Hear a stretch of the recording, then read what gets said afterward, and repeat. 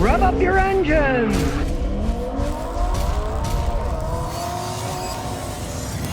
Well, car dealers now have over 2 million used cars sitting on their lots unsold. And here's the interesting part of it. A whole bunch of them are electric cars nobody wants to buy. The exception to this rule is Toyota and Honda, who have 9 of the top 10 of the least amount of cars on their lots. And what are people buying? Compact, mid-size cars and crossovers made by Honda and Toyota, right? And they're all poo-pooing, Toyota and Honda, they're not making enough electric cars. Oh, they're such bad people. Oh, yeah, they didn't jump on the stupid bandwagon. And guess what? The wheels are starting to fall off the bandwagon already. Electric cars nobody wants to buy. What are they buying? Mid-size crossovers of Honda and Toyota that people know are going to last and they're going to get their value from, right? Ford just lowered the price of their F-150 Lightning $10,000 on their base model.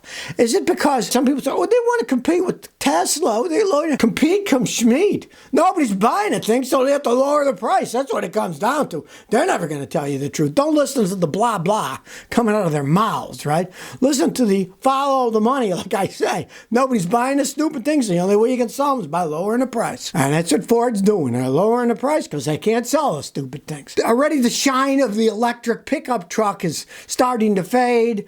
The pickup trucks especially. Pickup truck guys are different. They don't want an electric truck to strand them. They want something where they can fuel it up wherever they want, take giant loads, long distances. Not, well, I towed stuff with my electric Ford pickup and it didn't go very far. It ran out of electricity. No. And they're going to find that out. It's already starting to slap them in the face. They can lower the price all they want. Bunch of those people will never buy an electric car or an electric pickup truck, no matter what the cost, right? And in the short run, they lower the price. Yeah, they'll sell some of them, right? But they're already losing money making electric cars. They lower the price, they'll lose even more money. The fantasy bandwagon of electric cars, the wheels are starting to get loose and starting to fall off a little bit here. We'll see how it goes. Nicole says, my car lunges at red lights. I got a 2013 Equinox, 132,000 miles. I recently got it from a shady dealership, said everything was good to go. I took it to be looked at. There were 15 codes. I changed spark plugs, ignition coils, solenoids, engine air filter. I have 9 codes now. When I stop at red lights, it feels odds and lunges. I'm trying cat clean. Maybe the cat's clogged, but what do you think? Yeah, they sure screwed you over. You recently bought it from a shady dealership that said it's fine, but it had 15 codes. So they're obviously scumbags, and I bet you it said on the thing, as is, no warranty, right? But that's total BS in most states. If you buy a car from a dealership, the first 30 days, that's pre-existing conditions. Let's say the second day you got it, the engine blows up. That's a pre-existing condition. They'd have to fix it. Now, you'd probably have to hire a lawyer because most dealerships are scumbags and they don't want to pay for anything. And they'll just show you, Nick, the sticker says as is, no warranty, blah, blah, blah. But that doesn't mean anything. Most states have a law that there's a pre-existing condition. They sell you the car at the dealership. They got to fix it or give you your money back or give you another car because they sold you a pile of crap. And most states have laws for that. Check into that. Because they sold you something that had all these codes, they said it was perfectly fine. They just lied to you, which is typical of dealerships. I mean, these guys don't care. They're just out to fleece your money. That's how they make a living, right? Try the cat clean. Maybe try another bottle. If the cat's clogged, it can trip a lot of the codes that you have because you got PO420, inefficient catalytic converter. But unfortunately, it can be a whole bunch of things that it is a Chevy Equinox. I would have told you not to buy it in the first place. They're crappy to begin with. And that one's got 132,000 miles on it. It's probably on its last legs, either for the transmission or engine. They are not built that well. You can buy them brand new and drive them a while. But when they get old and they start falling apart, they cost a fortune to repair. But really, they sold it to you. It had problems. If I were you, I'd see a lawyer look into the whole thing. See what they say. Because there are pre-existing conditions. And if they sold you a crappy car, they are responsible for it. They're the dealership. They're supposed to know. Not that they really know anything. They sell a used car. They get them. They clean them up. Maybe they change the oil filter. And then they try to flog them out as fast as they can. Ford is number one. But not what they want to be. They're number one in recalls. They're the most recalled cars again this year so far. Ford has already recalled 4.1 million vehicles this year. And their head, Farley says, Ford quality, we're going to make them better. Well, I guess it's not working out all that well. Now, this is the first half of 2023. Ford has recalled more than 4.1 million vehicles. The quality control just isn't there. So they talk the talk, but they don't walk the walk. They're all worried now. Farley put out an op-ed saying, oh, we're compensating our workers good enough. They're worried about the UAW going on strike and making it even worse for them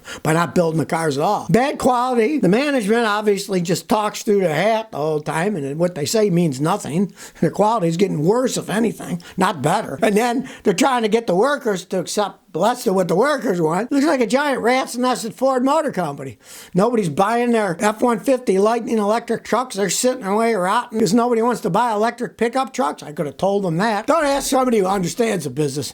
Push on the magic wagon of electrification. We're all on the magic bandwagon. Well, guess what? When the wheels fall off the bandwagon, then they all jump off the bandwagon. They look for another bandwagon, right? People that were stuck with vehicles that were crappy, well, that's the way it goes, right? Jack 271 says, I have metal shavings in my oil. Should I sell or keep the car? I got 2010 Toyota Yaris, 111,000 miles. I changed the oil, full synthetic, and saw metal shavings. I read it's bad. I owe $6,500. We better get rid of it and find something newer. Unfortunately, yes, it would be. If, let's say you bought the car brand new, you changed the oil the first time, and there are little bits of metal stuff. That can be normal because of the casting process, and some of the metal pieces can get loose, and they'll be down on the bottom on a magnetic drain plug. The oil filter will stop most of them, right? But you're talking about a car with 111,000 miles. It's long past the beginning braking stage. You got metal stuff. There's something going on with your vehicle. And if it's metal, if you saved any of the old oil, put it in a little tube and ship it out to one of those companies that does oil analysis. There's a bunch of them out there. They can tell you exactly what kind of metal it is and what the wear is. And if they say, well, that's bearing wear, means your engine's going to blow at some point in time, and get rid of it as fast as you can. It's not a good thing with that kind of mileage. Like I said, if it's brand new and a little came out, that's normal. But not at 111,000 miles in your engine oil. Merkwich says, my PT Cruiser stalls. 06 PT Cruiser, it stalls. No lights, no warning. Makes one chime and quits. 10 minutes later, it starts and stalls. I replaced all sensors in the PCM board. What am I missing? All right, you may be missing the simplest, easiest way to fix it. You said you hear a chime and then it stalls out. You could easily just have a bad ignition switch. The ignition switch sends power. It stops sending power, your car will quit, and you won't get a warning light. It won't turn the check engine light on. Not set up that way. It might cool down and then start up again later. That's totally logical. I see that all the time. You want to check the ignition switch, you want to check the wires going into the ignition switch, and you want to check the wires going from the ignition switch to the main fuse box. Any corrosion where they plug in or wires that have worn thin going through the body of the car from vibration, and now there's bare metal, will do that. But often it's as simple as just a bad electrical portion of your ignition switch. I'd say replace that first and it fixes it. Hey, send me a case of champagne.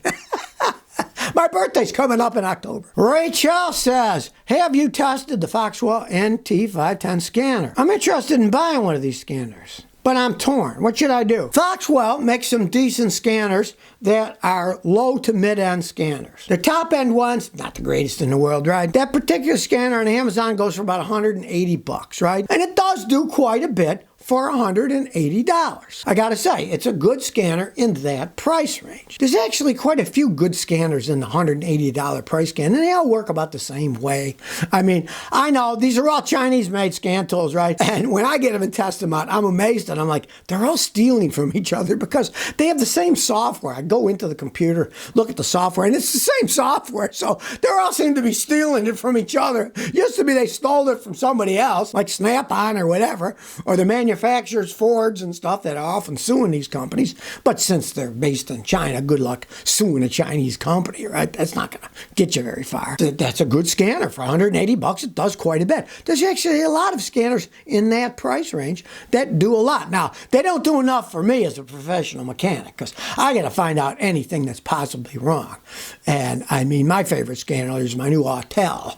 It's a $5,000 scanner, an Ultra EV. It does electric vehicles and normal vehicles, and it just blows me away, the stuff that it can do. I'm still learning some of the stuff that it can do. But you're not going to be buying that. You're not a professional mechanic, right? For what that scanner does, that is a good investment because it's hand alone. You don't have to worry about it interfacing with your cell phone. A lot of times you get stuff that hook up to your cell phone. What happens? They don't interface right and they screw up. And there's a lag, right? And it's wireless, so wireless stuff often screws up. Foxwell NT510 is a plug-in one, which I actually like better because I like plugging the machine right into the dash and not having a wireless interface, because eventually the wireless interface stops working. Now, the really expensive scan tools that I have are wireless, but if the wireless breaks, they also have a cord. So you can plug one cord into the data system, then the other cord into the computer, and it will work. And interesting enough, when you upgrade these systems, they often upgrade better by using the wire. So they know it's good to have a backup, right? And in the case of the Foxwell, it's just a plug-in, so it actually is going to last longer. So if you never want to miss another one of my new car repair videos, remember to ring that bell.